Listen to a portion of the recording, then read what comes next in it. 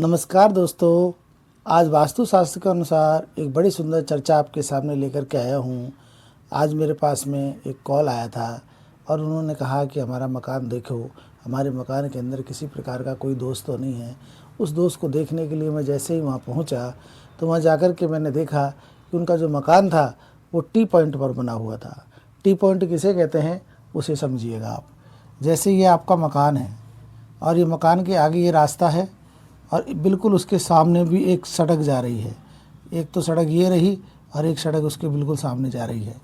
ऐसी स्थिति के अंदर उसका मकान था। इसको हम टी पॉइंट वाला मकान बोलते हैं। इस मकान में अंदर की वास्तु तो अलग है, लेकिन बाहर का वास्तु का जो दोष है वो यहाँ से आ रहा है। ये सीधा दोष इसके अंदर जाता है। इसको हम बोलते हैं द्वार वेद। ये दोष पूरा का पूरा इस मकान में लग रहा था।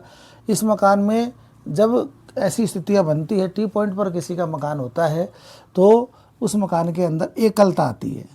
एकलता का मतलब आप समझ रहे होंगे कि उस घर के अंदर रहने वाले जितने भी लोग होते हैं वो कम बोलने वाले हो जाते हैं, एक दूसरे से बातचीत नहीं करते हैं, मनमुटाव हो जाता है, किसी प्रकार की कोई भी स्थिति उनके अंदर पैदा हो जाती है। तो ये मकान टी पॉइंट पर था तो हम पहचान गए कि इसमें ये कमियां हैं। अच्छा, एक बात और बता दूं, अगर इसी टी पॉइंट पर ये दो मकान हो, एक मकान इधर और एक मकान इधर, दो मकान हो, आधा इधर का पोर्शन आ रहा हो मकान का, आधा इस मकान का आ रहा हो, तो दोनों के अंदर ही टी पॉइंट वाला दोष लगेगा। इस दोष के उपाय के लिए वास्तुशास्त्र के अंदर एक बड़ी सुंदर उपाय बताया गया है। वो कई बार दोस्तों ऐसी स्थितियां पैदा हो जाती हैं कि मकान वाई जंक्शन पर भी बनते हैं।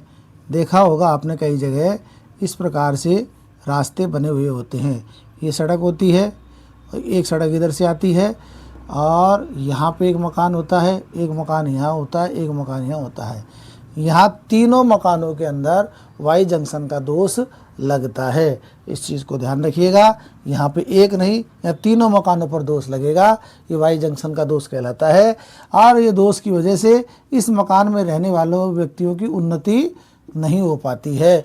हाँ, शुरुआत में ज़रूर उन्नति होती हो, लेकिन समय आने पर धीरे धीरे उनका पैराग्राफ डाउन चला जाता है।